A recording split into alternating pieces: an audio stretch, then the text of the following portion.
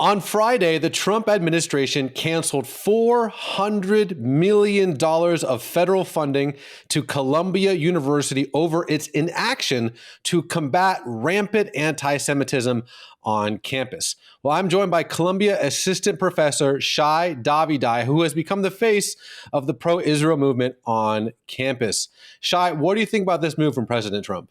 Well, I have to say, it's regardless of what you think of the president, you agree with the president, you disagree with the president. The president made promises. The president made certain attempts to let the universities know that this will come if they won't step up their game. They refused to step up their game, and now the president is following up on his promises and giving them the consequences. That's what it like being in a democracy. So here's the question. I think for a lot of folks who see this from the outside, they just kind of see bits and pieces and they say, what's the big deal? It's a protest. Protest is allowed.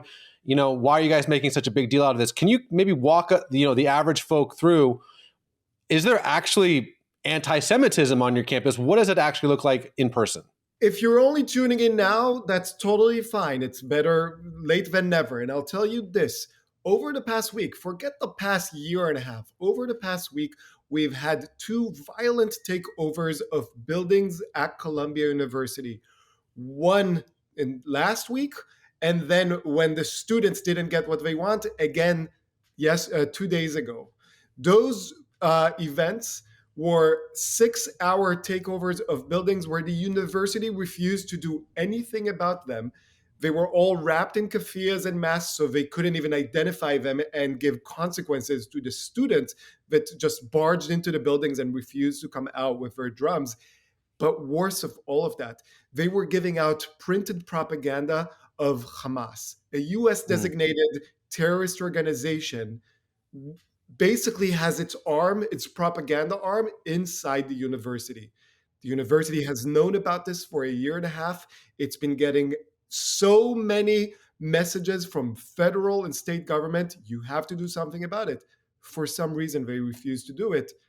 And so the government did the only reasonable thing. You don't act in the American way, you don't get American taxpayers' money. Now, there's a lot more taxes that they're getting, and I hope the university now realizes that it's $3.5 billion a year that they're getting is at risk. Yeah, that's what I've been reading a lot of these reports, is that this might just be the beginning. But quick question, Shai, are you still barred from campus? I am personally barred from campus. Crazy. Since October 15th, 2024. I don't know if I told you this. I'm still employed, so I needed books for my office, for my work. I asked to come in. They wouldn't let me go into my office to get my books. I asked, can my wife come in and get my books? And they wouldn't even let my wife get into the office to get my own books and my own personal items. So I think for a lot of folks who look at Ivy League schools like, these ivory towers where there's this total disconnect from reality, why is the administration so scared of doing something about people openly supporting Hamas, Yahya Sinwar, and these people that committed an absolute massacre? Why is that so, for lack of better words, not kosher for the administration? I have to, unfortunately, wake a lot of people up to how these universities are run. Columbia University is a $14 billion endowed organization. And it's run by a bureaucrat. It's run by mid-level managers, people that are really, really good at what they are supposed to do. But running these organizations is not what they are trained to do. What I've been telling people have been asking me, where is the leadership? And I tell them, there is no leadership at Columbia because we do not have leaders. We have managers that were really, really good at managing their 5-person or 10-person team. Now that they are in charge of 40,000 students, thousands of professors, and 14 billion non-taxed endowment, they just don't know what to do. They are in over their head. Okay, well, Shai, let me ask you this last question. For folks who see this and they think to themselves, what what am I going to do with this information? How can I help? And I think for a lot of folks, there seems to be this explosion of anti-Semitism from Australia to the UK to your school. And the average Joe is just sitting there being like, what do I do with this? So if my friend here is watching and they know this is wrong, they know that anti-Semitism is not okay, what can my friend here actually do? Thank you for this question, because it's an extremely important point to make. There's a statement that people say in the Middle East. First they come for the Saturday crowd, then they come for the Sunday crowd. Meaning first they come for the Jews, then they come for the Christians. This is not about anti-Semitism. This is not about Israel. This is about the United States of America.